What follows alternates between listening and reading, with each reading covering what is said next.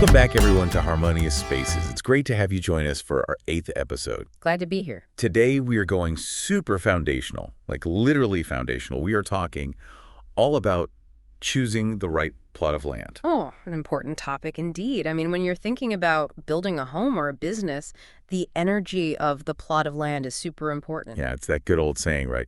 Location, location, location.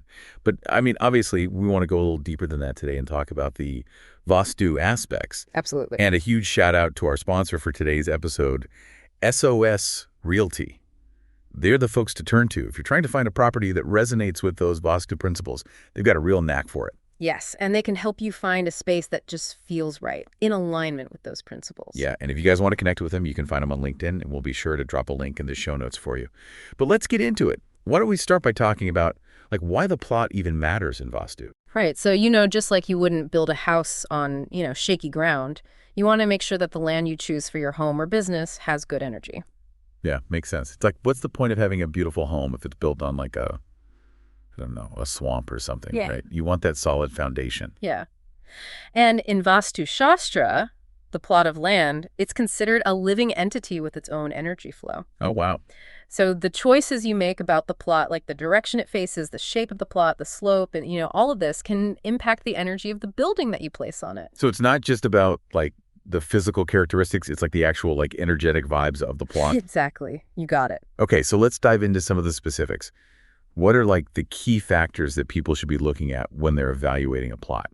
What makes one plot Vaastu approved and another one a bit off? Well, first and foremost, it's about the directional orientation. So, in India, there's a strong emphasis on facing east, right?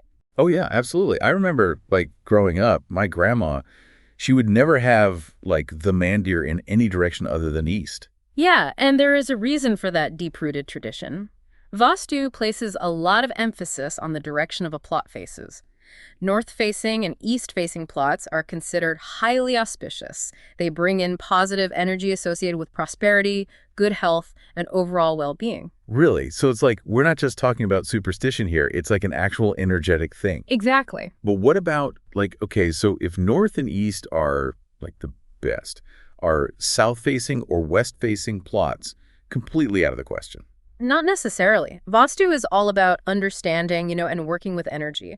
While north and east are preferred, other directions can also be considered as long as you make some adjustments. Gotcha. It's kind of like cooking. You might have your favorite recipe, but you can always tweak it, add a little spice here and there. So we've got our compass out. We're checking the direction. What's next? Next comes the shape and proportion.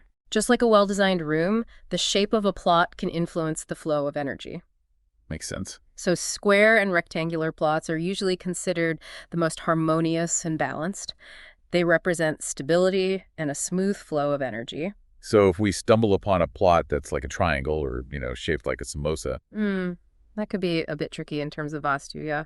It might make for some interesting architecture, but it could also create imbalances. Yeah. So we've got the direction. We've got the shape. What else should we be looking at? The slope and elevation. Okay. So think of it like this. You want the positive energy to flow smoothly onto your plot, kind of like water flowing naturally downhill. Makes sense. So plots that slope downwards toward the north or east are the best bet. Exactly. Okay, great. You want to avoid a plot that's higher on the north or east side because that can actually block the flow. Got it. So we've covered direction, shape, and slope. What about the surroundings? Does Vaastu have anything to say about, the neighborhood or the environment around the plot? Absolutely. In Vaastu, it's called the surroundings, and they play a huge role. It's all interconnected. So, for example, having roads on the north or east side of the plot is generally seen as beneficial because it allows opportunities to flow in. Okay, interesting. What about those T-junction plots? I feel like I always hear that those are not good in Vaastu. Yeah, so T-junctions can be a bit tricky. It all comes down to the energy dynamics. A T-junction creates this kind of energetic arrow pointing directly at the plot. And this can lead to instability and restlessness for the people living there. Imagine a constant flow of energy rushing towards your home. Not exactly peaceful. Yeah, I can see how that would be a bit much. It's like having a constant stream of auto rickshaws zooming past your front door.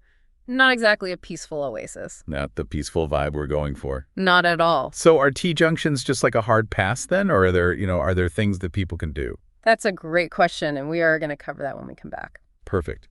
And actually, speaking of wanting more, if you guys are enjoying this conversation so far, make sure you hit that subscribe button so you don't miss out on the rest of our episodes. We've got tons of great stuff coming your way.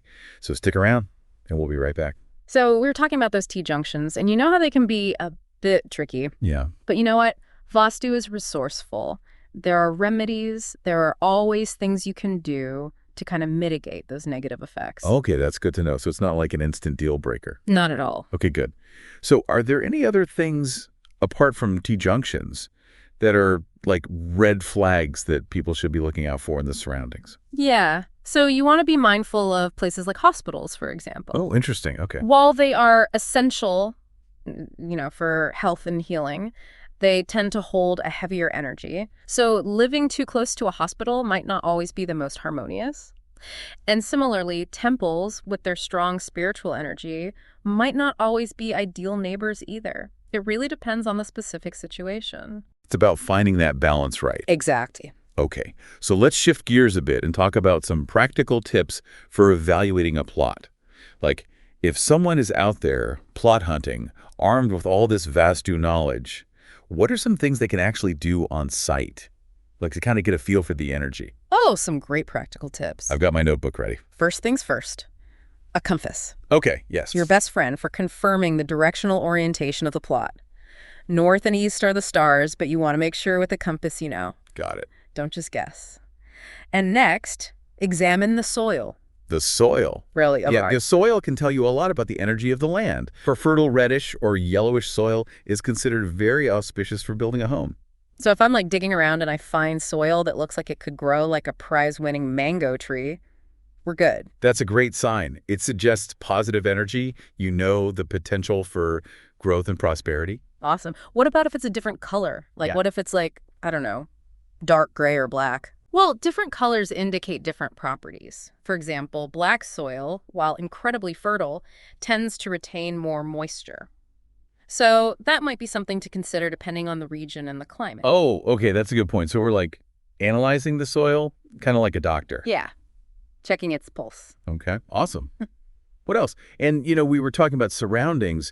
Really take a good look around. What's the overall feeling of the area? Do you feel open and spacious? Or does it feel cramped? It's like checking the neighborhood's personality. Exactly. Ideally, you want a plot that feels open and has plenty of space for positive energy to flow.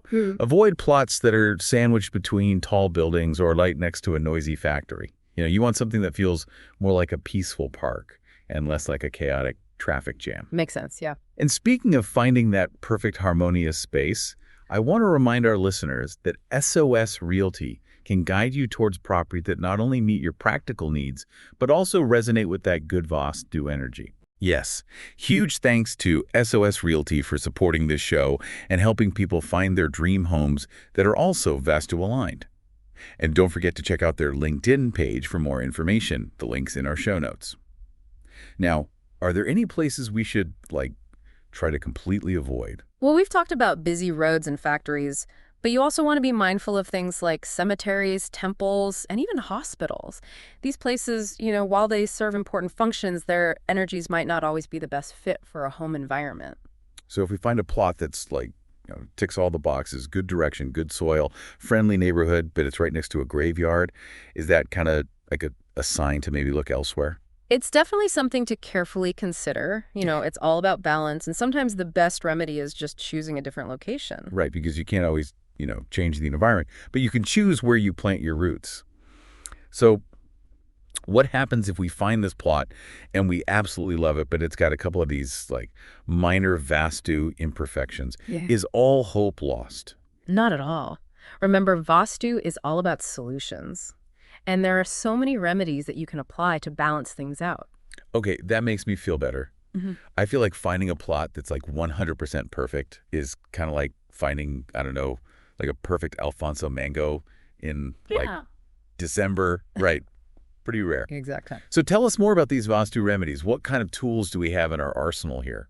Well, you can adjust the boundary walls or landscaping, for example. Okay, so if the plot is a bit of an odd shape, we can use walls and plants to kind of visually soften things, make it more balanced. Yeah, you can create a sense of balance and proportion, just make it flow better visually. Okay, cool. So it's we're giving the plot a Vaastu makeover. I love that. What else? Water features. Ooh. And Fountains, ponds, waterfalls.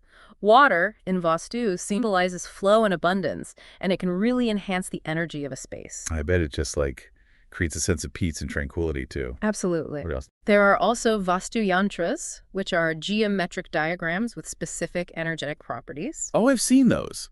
They're like usually like etched on metal or stone or something. But how do they work? They work on a very subtle energetic level, like tuning forks for your space. And you can bury them in the ground, place them on walls, or even incorporate them into the design of your house. Wow. Yeah. So, I mean, there are really remedies for pretty much anything. Yeah. It's really reassuring to know that even if a plot isn't like perfect on paper, we can work with it, right? Exactly. And if you are looking for expert guidance on all of this SOS, Realty has a team of experienced professionals who can help you every step of the way. Yeah. Don't forget to check them out on LinkedIn. The link is in the show notes. And before we wrap up this segment, why don't you tell us about that family you were talking about that had the less than ideal plot? Oh, yeah. So this family purchased this plot, and it was a bit oddly shaped. It wasn't quite a rectangle, and it had this slight slope in the wrong direction. Okay, so not ideal. Yeah. But they consulted with a Vastu expert and made a few adjustments, like they changed the boundary walls, did some strategic landscaping, and added this beautiful little water feature. Okay, so they really Vastified it. But did it work? Oh, you wouldn't believe the transformation. They said they felt this real shift in the energy. They felt more at peace, and things just started flowing better in their lives.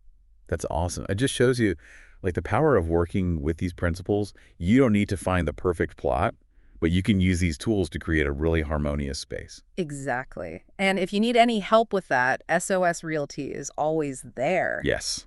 Definitely reach out to them. And before we move on, I just want to remind all our listeners to hit that subscribe button so you don't miss any of our upcoming episodes. We've got tons of great stuff coming your way, so stick with us. We'll be right back. It really is amazing how a few tweaks can make such a big difference. And I think that's what makes Vaastu so cool, right? It's not like a bunch of strict rules, but it's about like understanding the energy and just kind of working with it.